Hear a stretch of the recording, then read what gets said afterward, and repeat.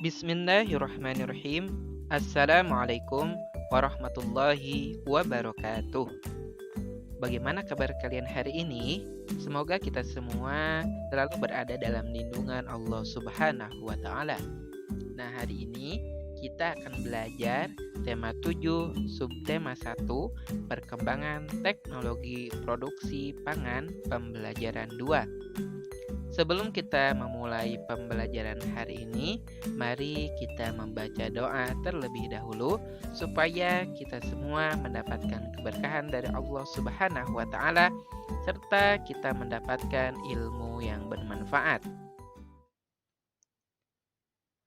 A'udzu billahi minasy syaithanir rajim.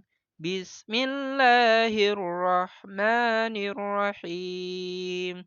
Rabbi zidni ilma warzuqni fahma birahmatika ya arhamar rahimin. Nah, kegiatan pembelajaran kita hari ini yang pertama membaca wacana tentang teknologi pangan serta mengidentifikasi ide pokok dari wacana tersebut secara individu.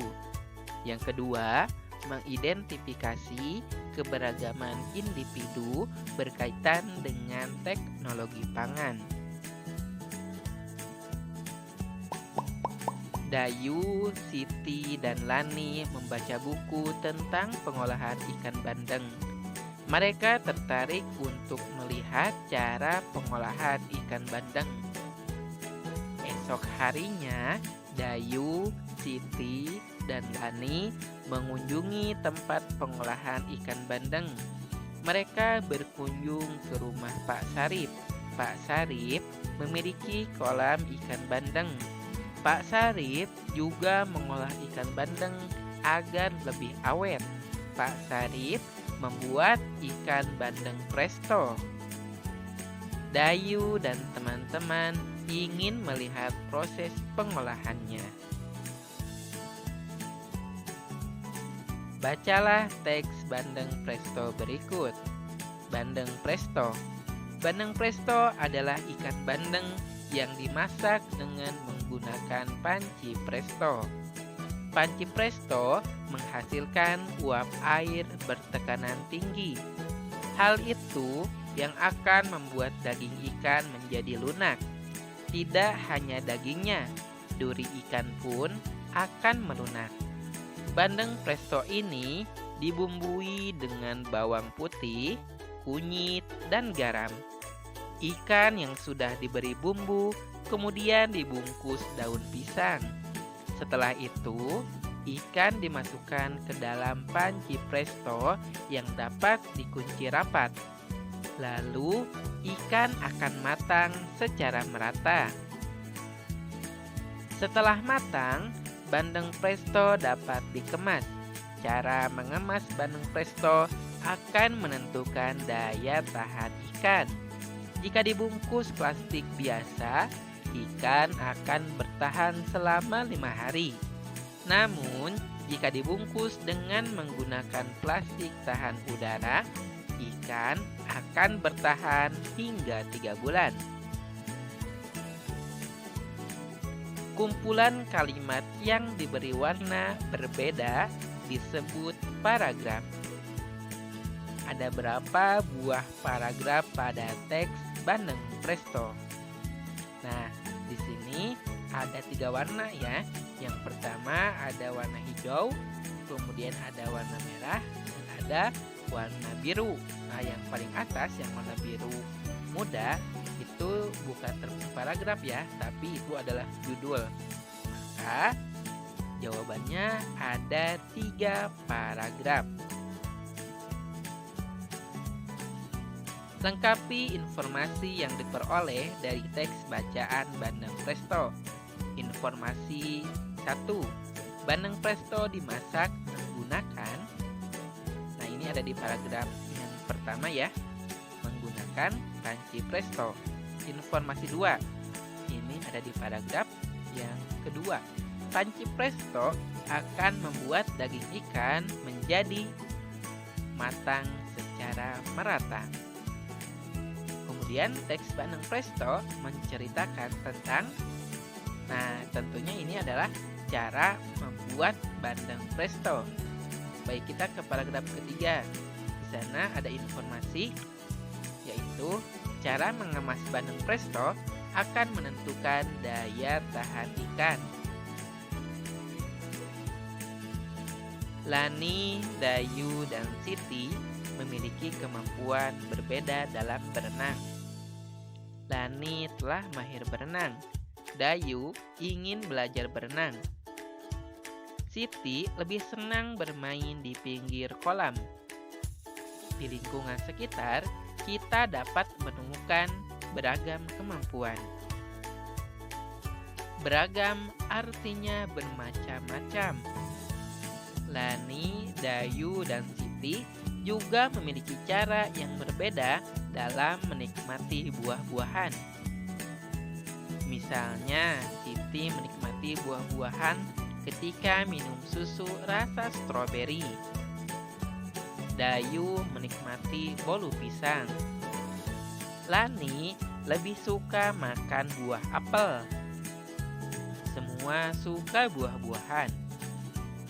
Namun, mereka menikmati buah dengan cara yang berbeda-beda. Setiap orang memiliki kebiasaan yang berbeda-beda. Dengarkan cerita gurumu tentang beragam kebiasaan. Dapatkah kamu menyebutkan perbedaan kebiasaan Dayu, Siti, dan Lani dari cerita tersebut? Kebiasaan yang berbeda merupakan bagian dari keberagaman. Dayu, Siti, dan Lani sedang menikmati makanannya. Kemudian, Beni, Udin, dan Edo datang membawa ragam makanan. Amati makanan yang dibawa oleh Udin dan teman-teman. Bolu pisang dan susu rasa stroberi merupakan makanan hasil pengolahan teknologi pangan. Tulislah daftar makanan hasil teknologi pangan berdasarkan gambar di atas.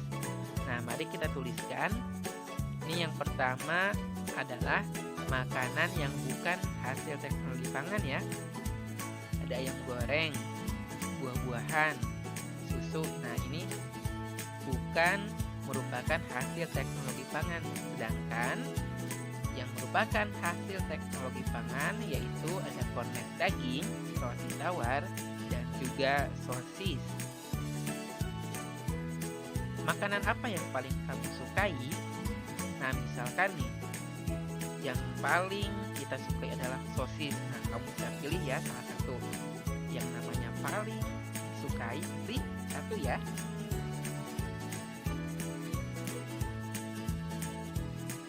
Sekarang, tanyakanlah makanan kesukaan teman atau gurumu. Wawancarai 3 orang teman dan 2 orang guru untuk mengetahui makanan kesukaan mereka. Setelah melakukan wawancara pada teman dan gurumu, tuliskan hasilnya pada tabel di bawah ini. Ini misalkan ya. Yang pertama, Edo, makanan yang disukai kornet daging. Kemudian Udin, makanan yang disukainya yaitu roti tawar. Kemudian Bayu, makanan yang disukainya buah apel. Kemudian Dayu, makanan yang disukainya yaitu ayam goreng. Kemudian Siti, makanan yang disukainya adalah sosis. Ini contoh ya. Teman-teman kamu pastinya punya makanan kesukaan yang berbeda-beda. Apakah mereka menyukai jenis makanan yang sama? Apakah semua menyukai makanan hasil teknologi pangan? Diskusikan bersama temanmu. Kemudian, lingkari jawaban yang paling tepat di bawah ini. Jenis makanan yang disukai oleh orang-orang di lingkungan sekitarku ternyata sama atau berbeda? Tentunya, jenis makanan yang disukai oleh orang-orang di lingkunganmu ternyata berbeda. Ini berarti setiap orang memiliki kebiasaan yang berbeda atau sama, tentunya berbeda. Setiap orang memiliki makanan kesukaan. Kesukaan setiap orang berbeda-beda. Jika temanmu memiliki kesukaan yang berbeda darimu, apa yang akan kamu lakukan? Sikap memahami dan menerima perbedaan kesukaan setiap orang yang sesuai dengan pengamalan Pancasila, sila ketiga yang berbunyi Persatuan Indonesia.